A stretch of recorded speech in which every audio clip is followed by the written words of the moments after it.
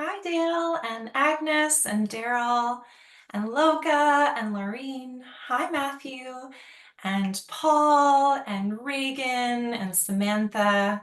Hi, Scott and Shanna and Linda and Judy and John and David. Hi to Henry and Erica and Carrie. Hi, Matia. Hi, Uto. Hi, Rakasha and Ramsha. Hi, Diana. Hi, Camille and Elise. Hi to everyone joining our webinar today. Welcome to the OUM community and our webinar today, which is a financial information session with our Chief Information Officer, Ms. Susie Robertson. We're so glad that you've joined us.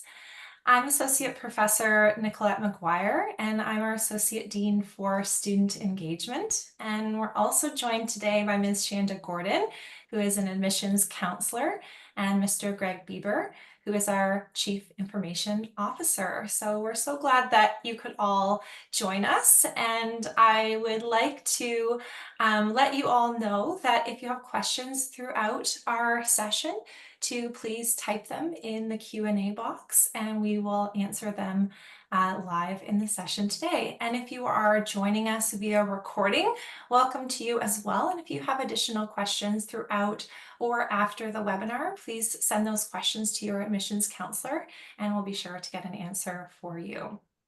So Miss Susie, thank you so much for taking some time out of your day in the busy finance office to join us for the financial information session webinar. How are you doing?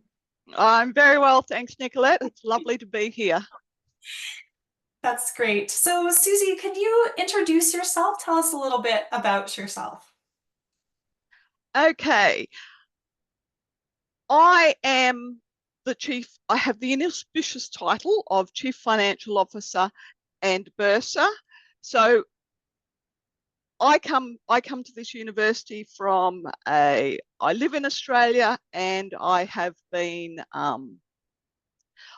working as a tax specialist for many, many years, and I've come across to Oceania University of Medicine in 2022 and expanded my knowledge significantly from being a tax and accounting specialist to knowing all things university, which has been a wild ride, lots and lots of learning, which of course I love.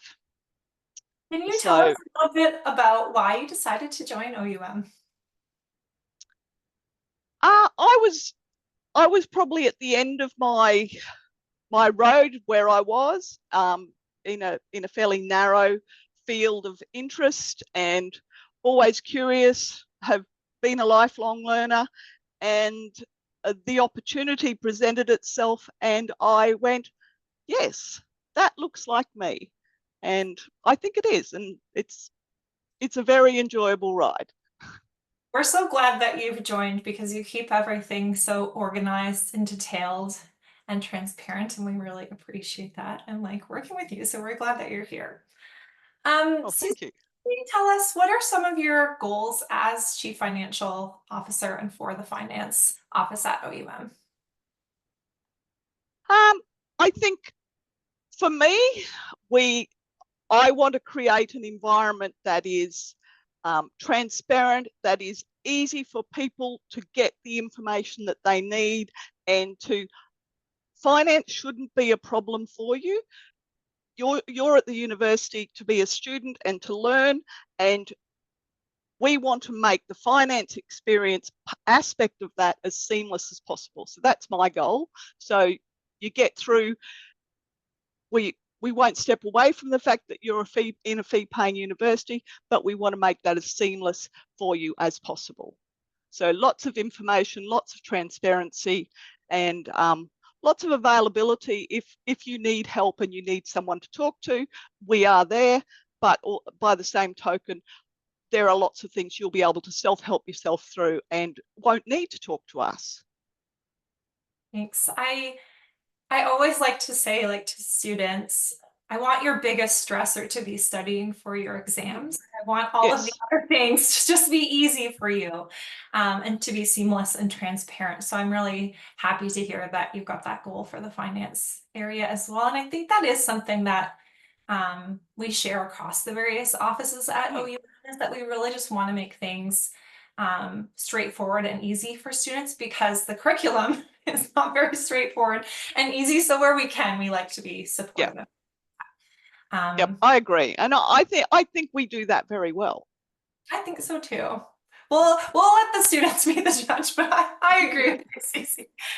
So I think most of our prospective students that are here today, whether they're here attending live or whether you're joining us via recording, have the school to get into OUM or to get into medical school, and they want to proceed with full information about what the financial requirements are to attend OUM.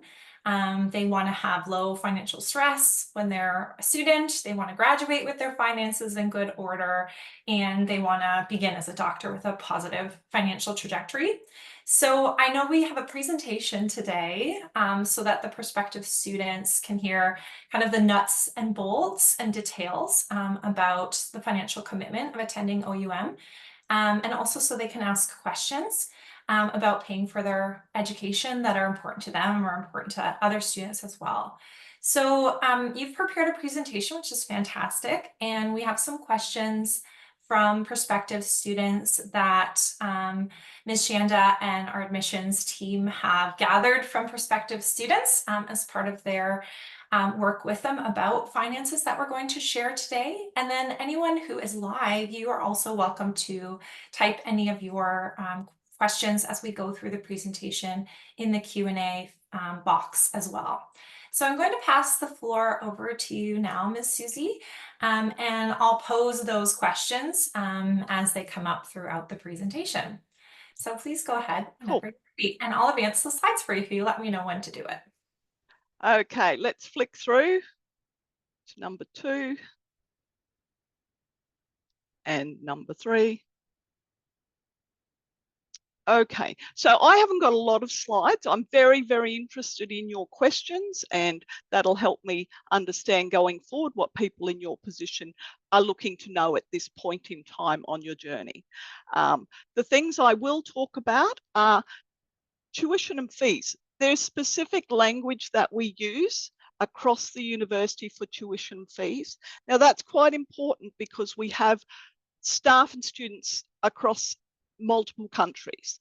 And so it's very easy to lose our way if we don't have consistent language. So we are very, very particular about using the same language so everyone knows we're talking about the same thing.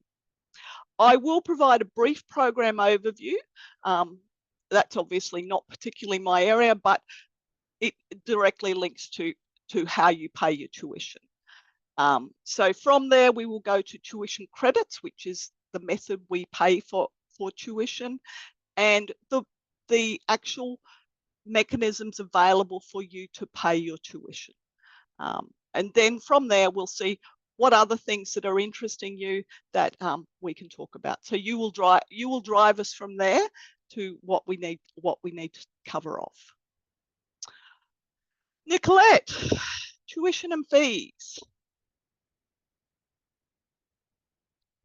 Okay, so there are two items that you pay towards your MD program. You pay tuition, and tuition is the cost charged to you to earn your credit points that make up the MD program. So that's tuition. It's the cost of your education. The way you purchase your tuition is via tuition credits. So you need to purchase tuition credits, and they then facilitate you to enroll in your units and complete your program. In addition to tuition, there are fees. Now, fees are a more variable item. Some of the fees from next year will be incorporated into the tuition credit cost because they are the same consistent fee for every student in the university. And so rather than having lots and lots of entries on your account to charge you for different fees that was occurring to every student, we are now rolling them into the tuition credit. In addition, there are still possibilities of other fees being added to your account. If you pay via credit card, that has a cost, and that cost is passed to you. So you'll have card payment fees. There are a number of things included in your tuition cost, but if you need them replaced, i.e. you incur an additional cost, we will charge you for that. So if you lose your student card and you need it replaced, you will be charged for the additional student cards. Late payment fees. This is what's called a behavioural fee. If you pay your tuition or any charge on your account after the due date, there will be a late payment fee. And the most significant fee that will be incurred is hospital fees once you're on clinical rotations. Now, hospital fees are fees that are charged to us by the hospital, and we on charge them to the students. So you are paying exactly what we have been billed. So it's a flat in and out, but it can be a significant cost. In North America, it's quite a significant cost, and it is an increasing cost in Australia. So that's something to be aware of and to familiarise yourself with.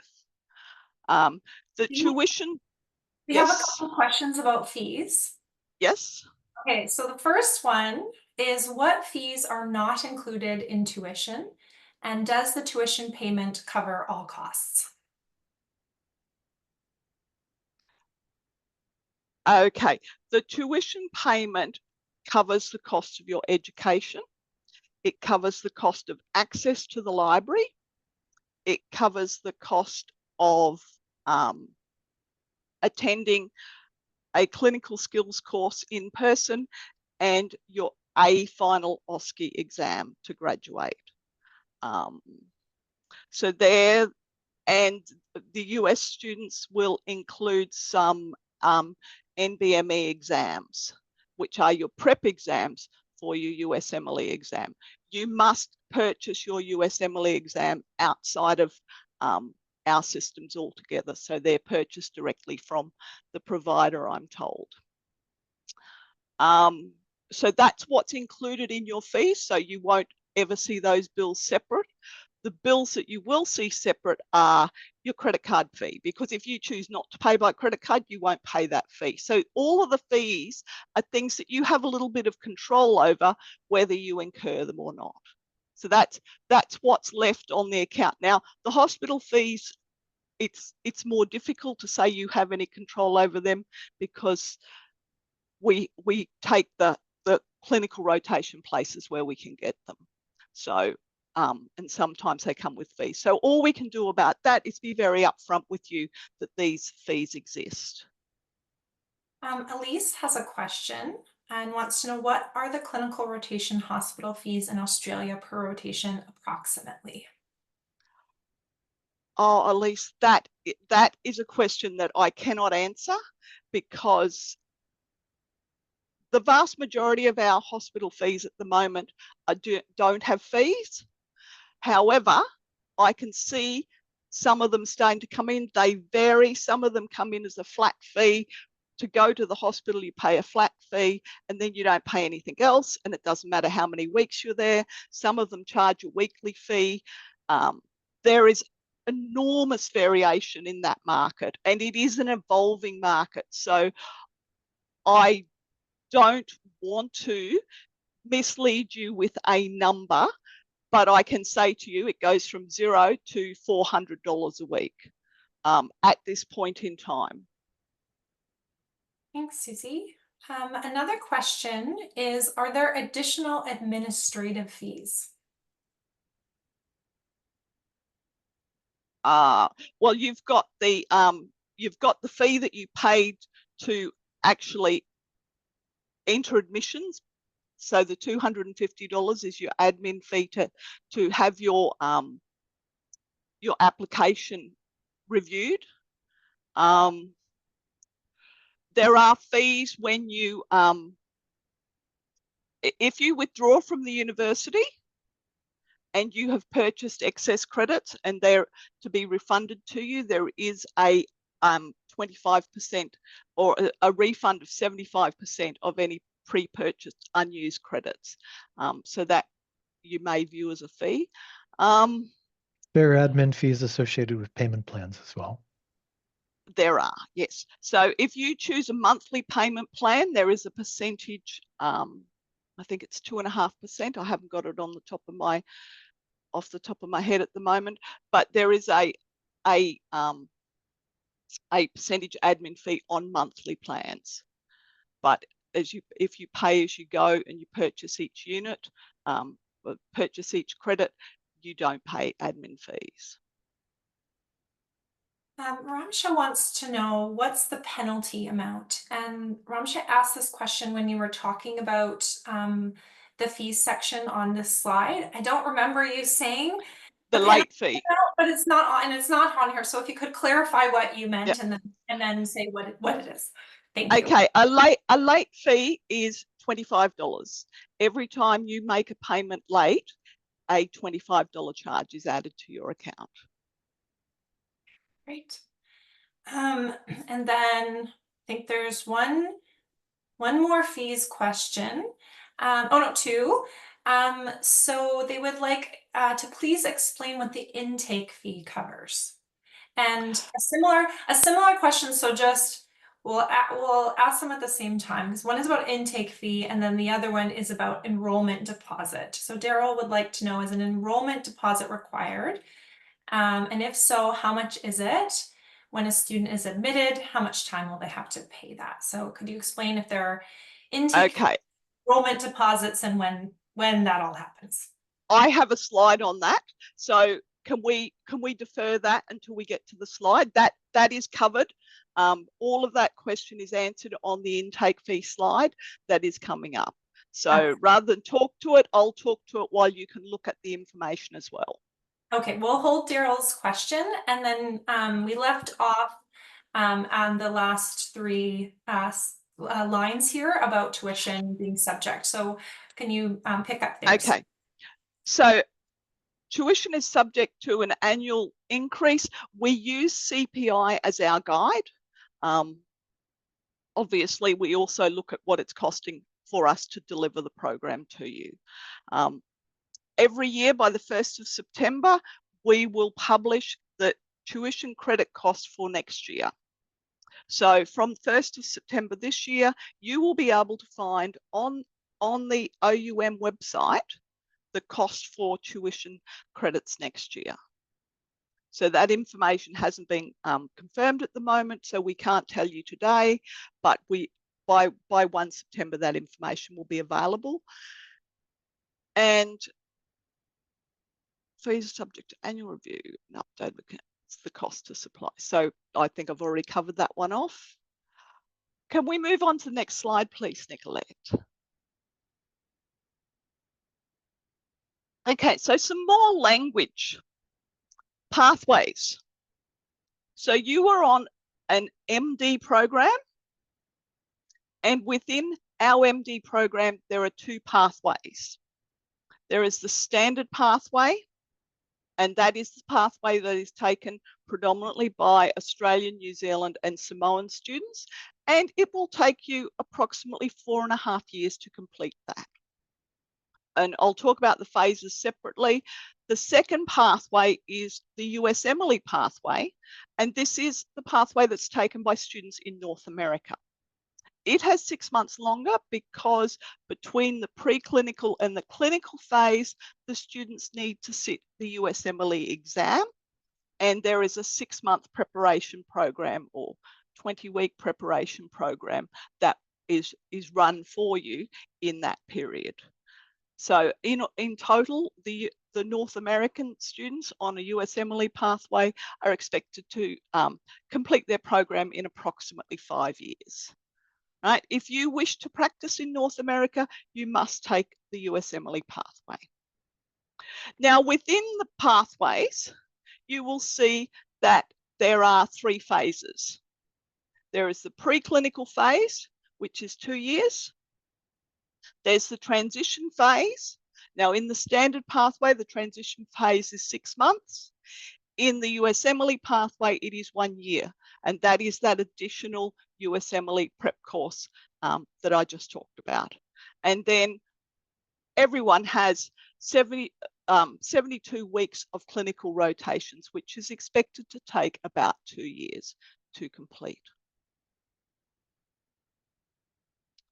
Right, so we deliver a standard curriculum across both pathways. There is some variation with exams, but generally speaking, the program is consistent across the university.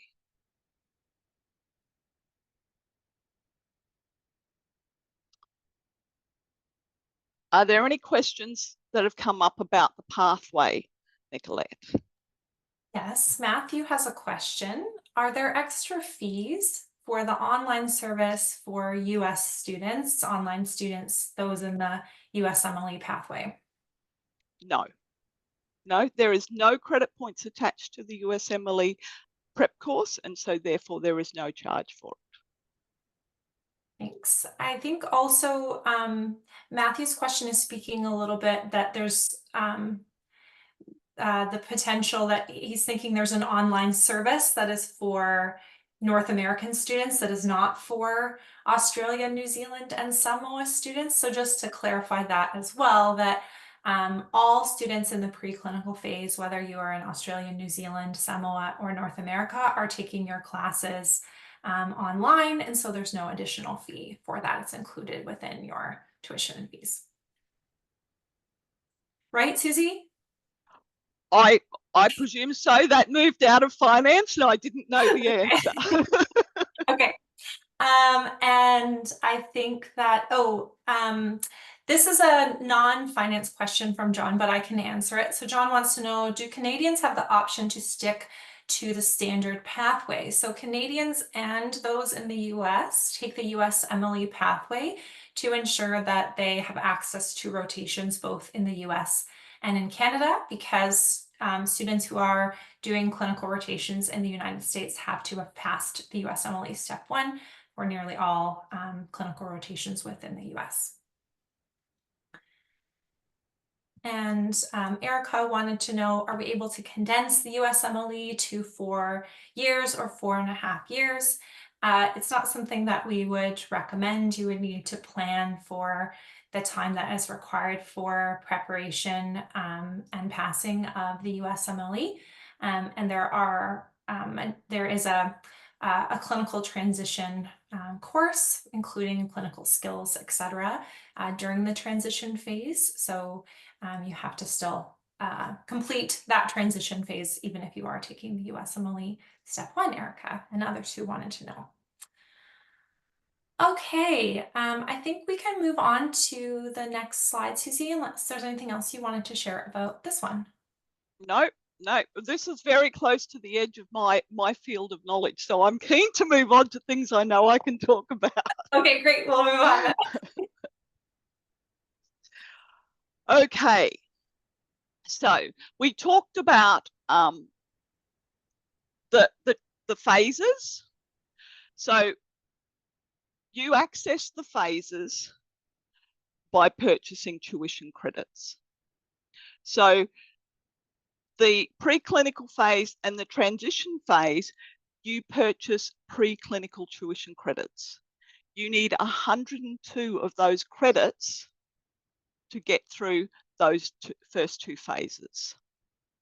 The USMLE prep has 0 credits allocated to it, and so therefore there is no charge, no cost to you to access that program. And then you move into the clinical tuition credits. Now, it is divided amongst 2 things. You have your 72 weeks of clinical rotations, so that is in a clinical setting, and that is 72 credits. You also must complete, as part of your MD program, a research component. So our research component includes a module to teach you about the requirements of research, and then you need to conduct and publish a piece of research. And that is obviously a module, and then you are supported through your research program by specialist staff with skills in that area. And that research product, which includes both the module and the research to publication, is 8 credits. So all up, you will buy 102 preclinical credits and 80 clinical credits.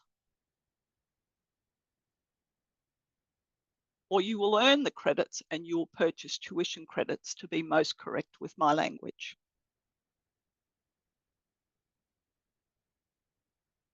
Right, there is a note there, including your Samoan clinical rotation of 4 weeks.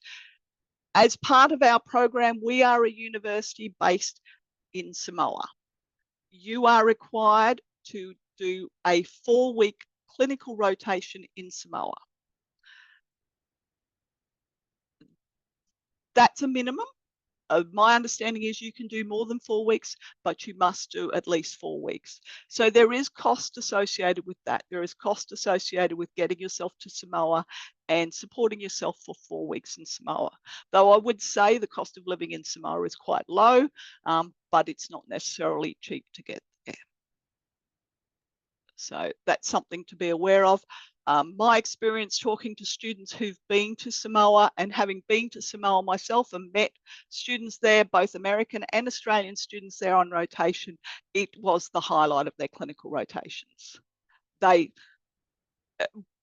beyond their expectations, was the words that they repeatedly said to me. When I talk to people, that's the thing that they really value from our course, is that experience there, that they never imagined what it would be like, because it's so very different from our world. It's amazing rotation. We do have a question about the Samoa rotation.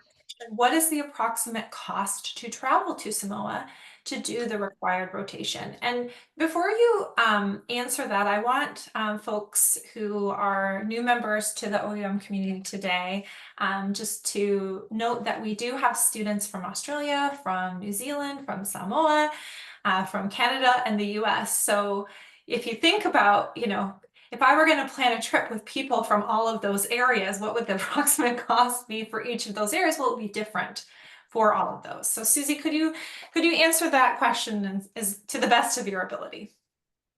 Well, I think what I can say is anything I tell you will probably be inaccurate, because airline flights, the cost of airline flights varies dramatically. So whatever I tell you now, I can tell you I can get a return flight to Samoa. I took my family there this year, and the 3 of us got there and back for about $1,800 from Brisbane. But we were looking for flights the other day and they were more. It really depends upon the time you travel and where you're leaving from and traveling to. So I am aware it's more expensive from America than it is from Australia. I cannot comment on the cost from New Zealand. What I will say is, once you're on the ground in Samoa, the cost of living is very low. And Julius wants to know, is there a cost for the clinical rotation in Samoa? I believe there is a weekly cost that the students pay for the clinicians in Samoa that is in the vicinity of 100 to 200 Western Samoan tala. I'm not fully across that, so I don't know the answer to that. But I know the students do pay an amount that they have to pay in cash in Western Samoan tala when they arrive, that they actually take to our office and pay in person with the girls in the office. Okay, thanks. I don't see any more submitted questions about this slide in particular. Is there anything else you wanted to mention here, Susie? No, I think that's about it. Okay, shall we move on to the next one? Let's do it. All right. Okay, so what I've got here is the tuition credit points 2024 cost. Now, if you go on to our OUM website, this is not the cost you will see. This is the fees inclusive cost. Now, this hasn't been widely published in 2024 because it was not the way students in 2024 purchased their tuition. Okay, remember they purchase fees and they purchase credits separately. This is if they had bundled all of that together, this is what it would have cost them. Okay, and so we've done it like this because you people are coming into the regime where you will always pay this inclusive tuition credit cost. Okay, so remembering this is the 2024 cost, these tuition credit costs will be updated on the 1st of January 2025. The amount that you will be charged from the 1st of January 2025 will be published by the 1st of September. So from the 1st of September, you will be able to go onto the OUM website and you will be able to see what the tuition cost is next year. Okay, and it will be inclusive of all of those things listed there. So the exam proctor, the clinical key, which is the library, the clinical skills course, the NBNME exams. Okay, for the American students, that is both at the between the preclinical and the clinical and post-clinical as well. And then your final OSCE in-person exam where that's your final practical exam to graduate. Okay, previously these were all items that were charged separately. They are now being incorporated into the fees because every student has to pay them.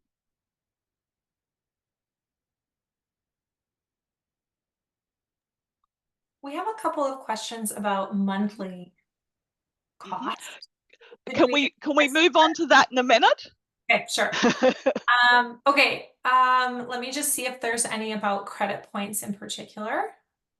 Anonymous would like to know, because we see here the credit point cost for preclinical credits and clinical credits. Anonymous would like to know, what is the cost associated with the transition phase? They are preclinical credits. So the transition phase has 16, is that right, Greg? The transition phase has 16 credits, and so that's part of those preclinical credits. That's included in the 102. The 102 Yep. figure includes the 16. Yeah, so that's your preclinical is 2.5 years of credits. Okay. Or if you're American, it's 3 years of credits. Ramsha wants to know, is the clinical placement cost weekly separate from the OUM tuition credit point cost here? Yes. Okay. So when you're in the clinical phase, and Professor Maguire, you can tell me the errors of my knowledge here. When you're in the clinical phase, you're in a hospital Monday to Friday, working with a clinician, learning about a particular body system. At the same time, you are undertaking your own guided study that's available to you through our systems. And every week or every fortnight, you will sit an exam, an online exam. You will also have to lodge case studies to demonstrate the work you've done and your clinical reasoning. And I don't want to talk about things I don't know about, so I won't say anything else. So that is what your clinical credit points are purchasing. In addition, the hospital may charge a fee. If the hospital charges a fee, a weekly fee, that will be on bill to you as well. Now, you will need to pay your clinical credits before you start a rotation. So if you're going to start a rotation in surgery and it's 10 weeks, you will need to purchase 10 clinical credits before you begin the surgery rotation. In addition to that, if the hospital is charging you, those hospital weekly fees will go on as well as a separate line item. They'll be very clear on, and the other thing is there'll never be a surprise. The costs, the hospital costs are something that our people in clinical rotations discuss with you at great length through your program. You will start hearing about that as soon as you get into the transition phase and you start talking about rotations. That conversation will become a part of your conversations about clinical rotations. And it will be 2.5 years before you're in clinical rotations. And that's another reason I'm a little bit hesitant to say it'll be like this or that, because it is an environment that is changing quite a bit.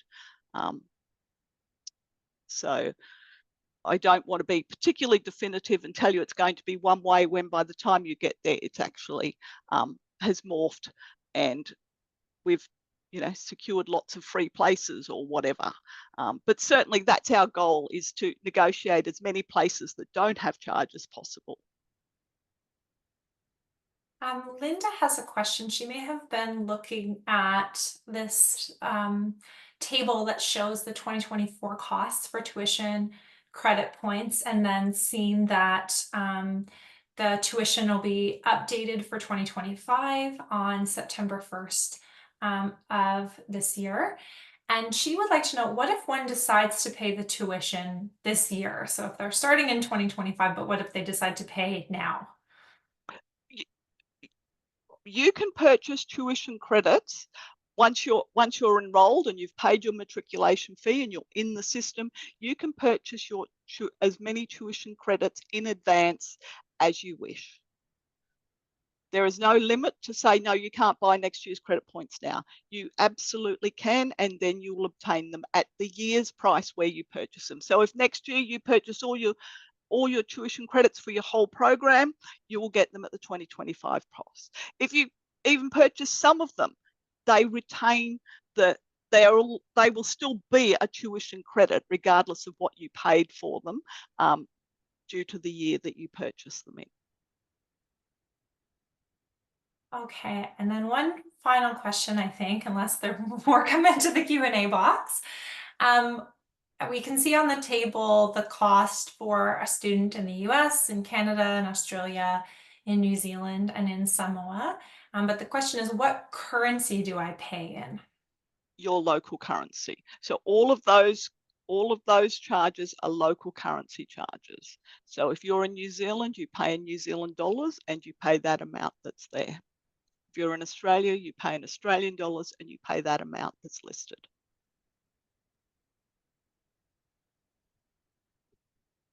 Okay, there's no further questions about this slide. Is there anything else you wanted to add here, Susie?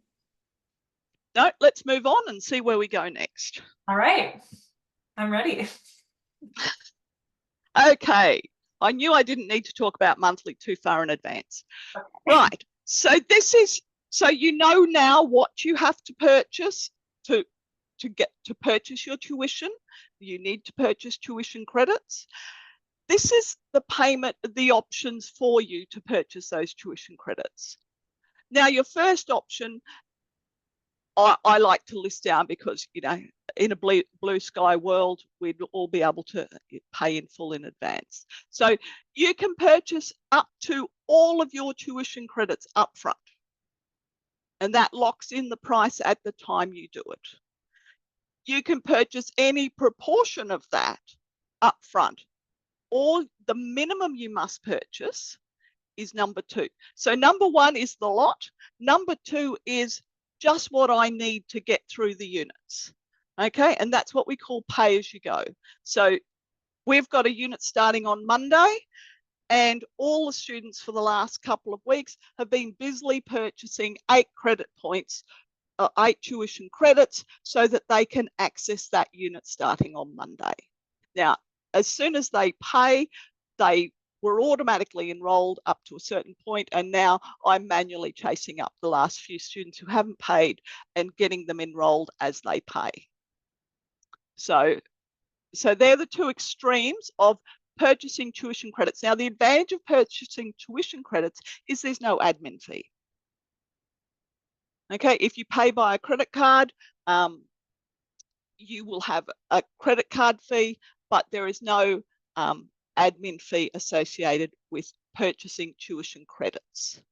Now, the other option that is available to you is you enter what's called a monthly payment plan. And so what we do is we look at how many credits you are required to purchase between now and the end of the year, and how many months there are. And we do a simple calculation. I've got 10 credit points. I need to purchase this amount of money, and there's 4 months left. So the total divided by 4, and that then becomes your monthly payments until the end of the year. And the monthly payment is due on the first day of the month, each month. And the monthly payment has an admin fee, 2.5% admin fee added to it.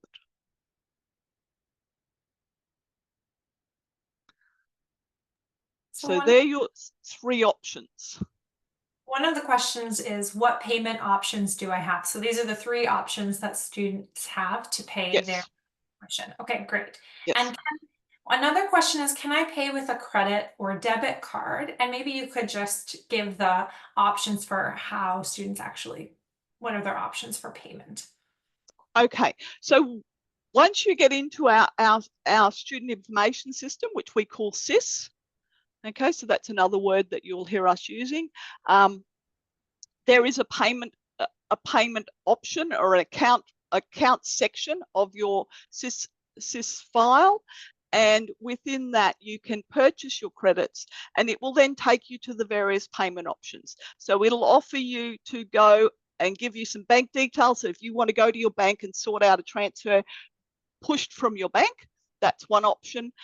It's got a payment gateway. We use a payment gateway called Stripe, and you will click through, and it's scarily easy to pay any of your bills with payment gateways. So payment gateways are you will have encountered them. We use them everywhere I go now. I seem to come across a payment gateway, whereas and your phone very kindly, or payment gateway very kindly remembers your details. So that's one option. Or the other option is you can make a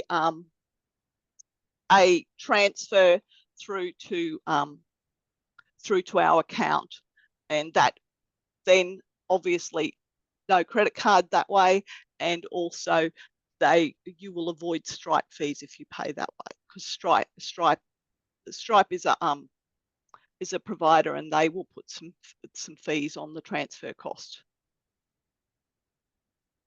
And if I could jump in for a second, I saw Please do. There was one question about the credit card fee. It is a pass-through fee. We do simply pass along what we're charged, so it does vary by country. Unfortunately, the US is the most expensive because of all of the feature cards that they offer, and that sits at 3%. In Australia and New Zealand and Canada too, I believe it's 2%. Thanks for that question, Ramsha. And I think Mr. what Weaver. you need to be assured of is it's all very visible to you. It'll be very clear to you what you're being asked to pay and what it's for. Yeah, I'll echo that. When you go in and make the payment through Stripe Insys, we do break it out for you exactly what it is that you're paying and how much the associated credit card fee is for whatever it is that you're paying. And Stripe accommodates the credit and debit cards. It also accommodates direct debit. So there's a section there where you can enter your bank details and authenticate through your bank, and it'll debit from your bank account directly. There's no charge for that.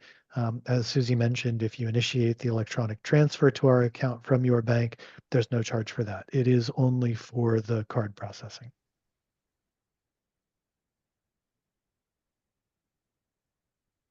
If you once you've got through admissions and you've been offered a place in the university, I run another session, and I've actually got screenshots of all of the payment gateways and all of those things. So you will get a lot more information about that once you're further into the university admission process.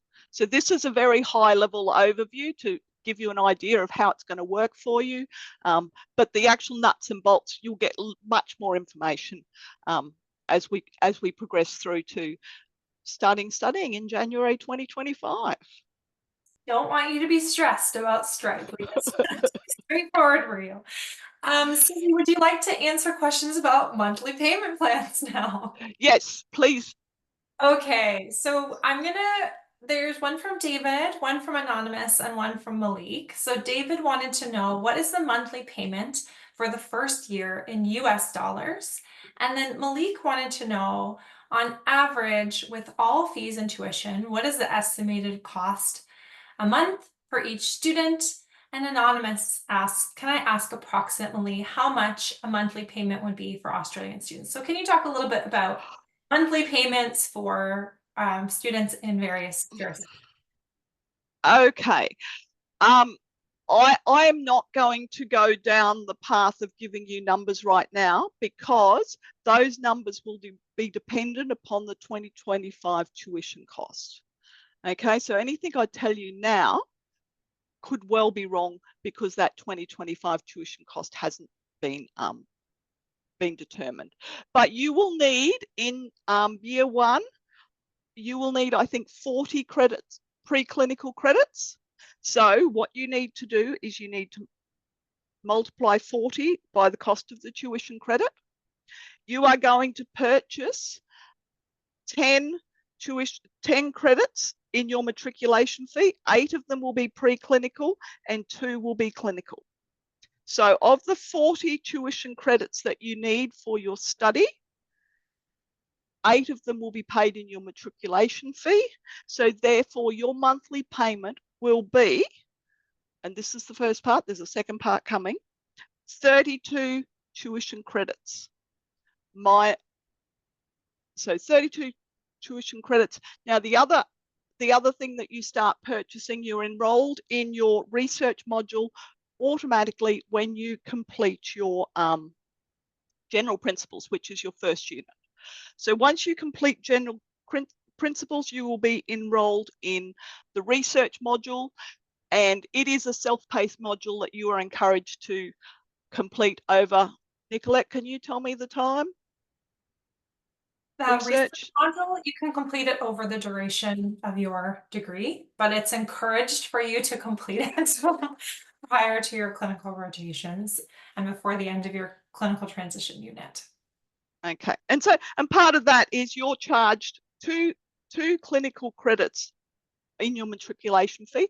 They are allocated to research, and then in your first year, and this will form part of your monthly payment as well, you are charged another 2 clinical credits that are also allocated to research. So your monthly payment will be made up of the 40 tuition credits for the year, less the 8 that you've paid in your intake fee, so 32 preclinical and 2 research credits. And at the end of the first year, you will have paid 40 credits and 40 preclinical credits and 4 clinical credits for research. Now, that's a very complicated process to explain to you verbally. I think that's probably created more confusion than it has answers, but there is information available, and as we progress through, there will be more information about that once you get through admissions, and certainly before you pay your matriculation fee, that information will be clearly available to you. I think it is helpful for them to know that it's this many credits in the first year, excuse me, and then this is the cost per credit, so you can get a general idea of how much you need to budget for. But for any students who are accepted into the program, once you are accepted, you will attend the financial services webinar prior to matriculation. And so you'll get the actual breakdown of what those fees are going to be for that. There's lots and lots of granular detail coming in the next webinar that looks at all of this. Yes, Greg? Oh, sorry, just if I could add as well.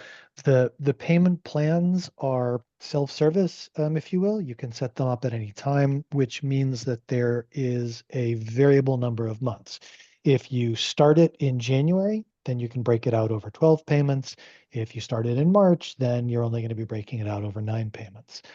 But as Susie mentioned, you pay 8 preclinical and 2 clinical to matriculate. And so for that first year, you then have 32 preclinical and 2 more clinical research credits to purchase. And so if you want to get an idea of what your monthly payment would be, multiply the preclinical credit times 32, add the clinical credit times 2, and then divide that by the number of months that you would spread it out over. So a maximum of 12, and then the monthly payment obviously goes up if you pay that over a shorter period of time.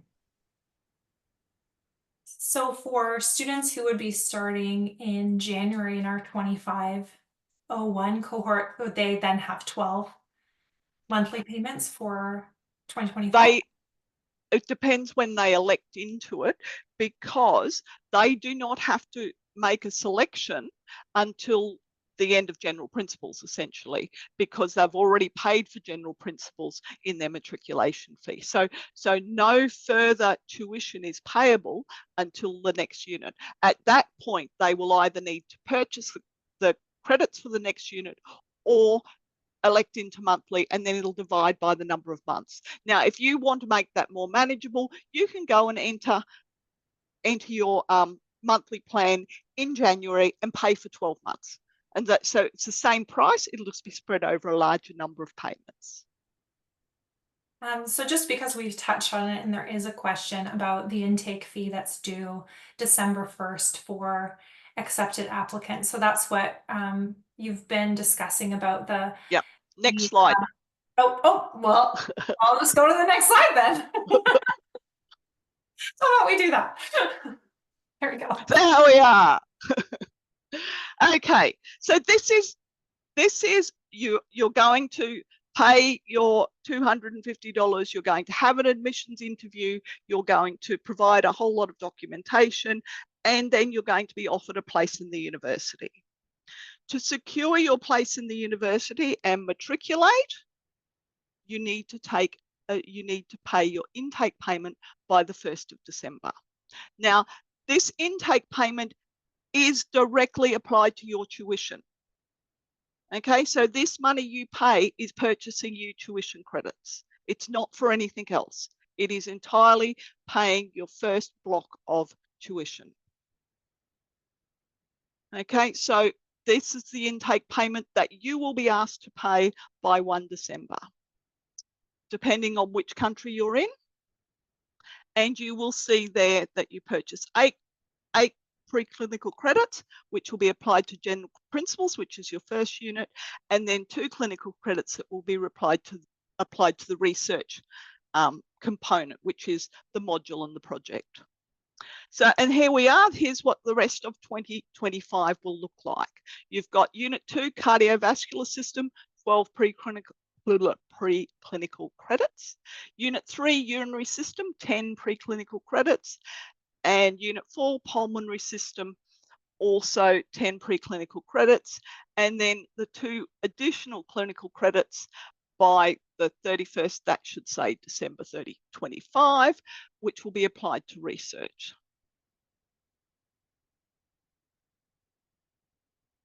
So that date there is wrong. That's 1 year, exactly 1 year incorrect.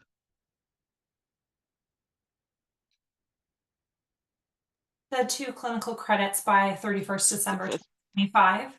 Yes, that's correct. So not 24, because you're going to pay 2 clinical credits by the 1st of December as part of your intake fee.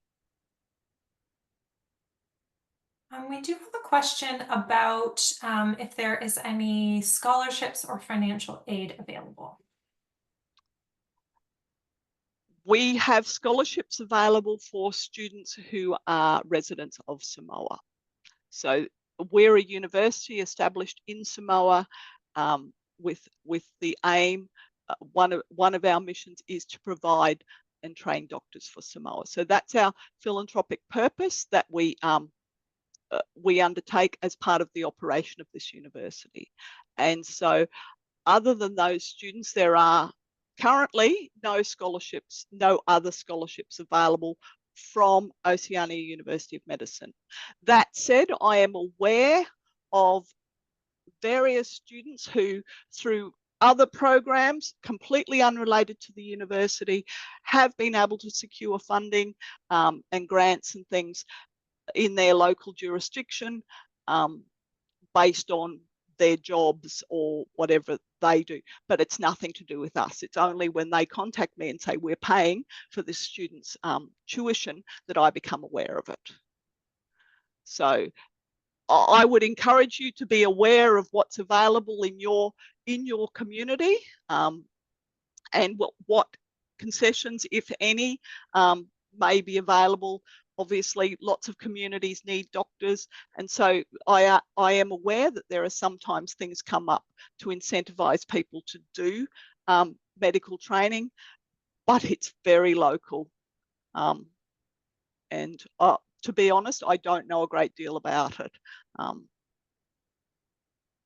The OUM Student Association, the OUMSA, does keep a list of scholarships and aid that students have been successful in getting, but it is not a comprehensive list, and it probably wouldn't be, specific enough for, our attendees, depending on the areas in which you happen to live. But they do, there are students who have been successful in getting these, and they do have a listing available about that. Yeah.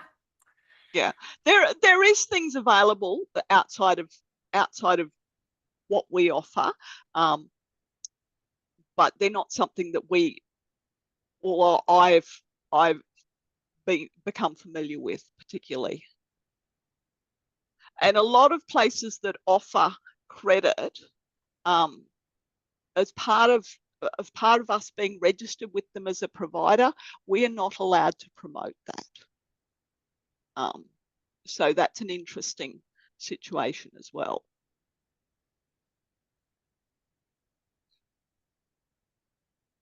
All right. Is there anything else you wanted to add about this slide, Susie?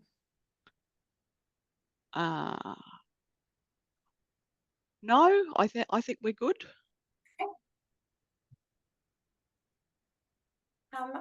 There is a question, a general question, while we wait and see if there's any additions to the Q&A box, about whether OUM students need to have a financial plan, for example, savings or ability to work reduced hours in place to be successful. So how would you advise students to think about their planning before? That's a really, really important question, and a critical question that you must have, formally or informally, but certainly you must have a plan in your head. I prefer, for your benefit, that it was actually written down, and probably if it was me, it'd be on a spreadsheet. That how are you going to pay your tuition, pay your cost of living, support your dependents if you have any, when you are not going to be able to work full time and complete this university course. When you're in clinical rotations, you should expect to not be able to work at all. So your financial plan needs to encompass the whole period that you are planning to be studying. Right? You do not want to get halfway through this course and realize you've run out of money. Right? That's a very bad outcome for you. So the financial planning, although we can't require you to do that, I cannot recommend to you enough that it is a very, very important thing for you to do. And to be really objective about it. Really, really practical. This is this is a large financial commitment over a very long period of time. And yeah, make sure you have a clear plan of how you're going to get from A to B. Thanks, Susie. I just wanted to ask, Shanda and Greg and Susie, do you have any thing that we didn't cover today that you wanted to make sure that students knew and understood about finances at OUM before we close our session today? So start with you, Greg. Is there anything we didn't cover that you wanted students to be aware of? No. I think Susie's done an excellent job of covering the basics.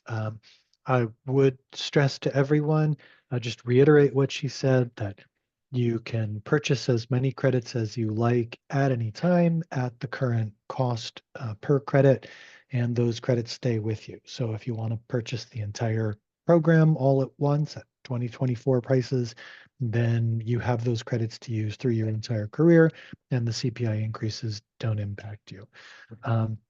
You can set up the payment plan at any time. One student did ask, can you set up a payment plan now for 2025?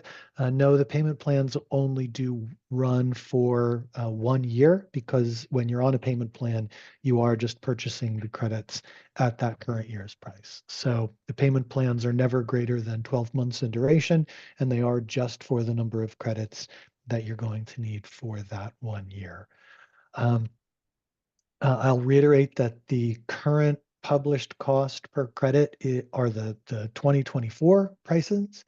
And so if you're going to be matriculating in 2501, you will be purchasing those 2025 credits. And so if you do any calculations to get a rough estimate, realize that there will be somewhere in the neighborhood of a 3 to 5% increase over what the current numbers are. So please do keep that in mind. Thanks so much. Shanda, is there anything you wanted to add? Wanted to make sure that students knew? No, I think it's all been covered, but I'll just say that if you do have any further questions, you are welcome to contact your admissions counsellor, and we'll try and answer your questions as best we can, or we'll refer you to the bursar. Thanks, Shanda. And Susie, anything final that you want students to know, or that you wanted to emphasize for today? No, I think I've covered it. I think I commend you for aspiring to enter medical school. I'm too old for that kind of thing now, but I always admire the students coming in and their aspirations. And you know, I love that we can provide such a supportive environment to assist them through that and see them come out the other end at graduation. It's very rewarding. Thanks, Susie. I want to thank everyone who has attended live, or if you've joined via recording today as well. Nice to see you too. We didn't get a chance to answer all questions. However, we will keep those and pass them along to admissions counselors. So if you did put a question in the Q&A box and didn't get it answered today, we'll make sure that you get we get that information back to you directly. We really appreciate your time and attention today, and we look forward to seeing you in our webinar next time. Thanks so much, everyone, and bye for now. Thank you. Thanks, everyone.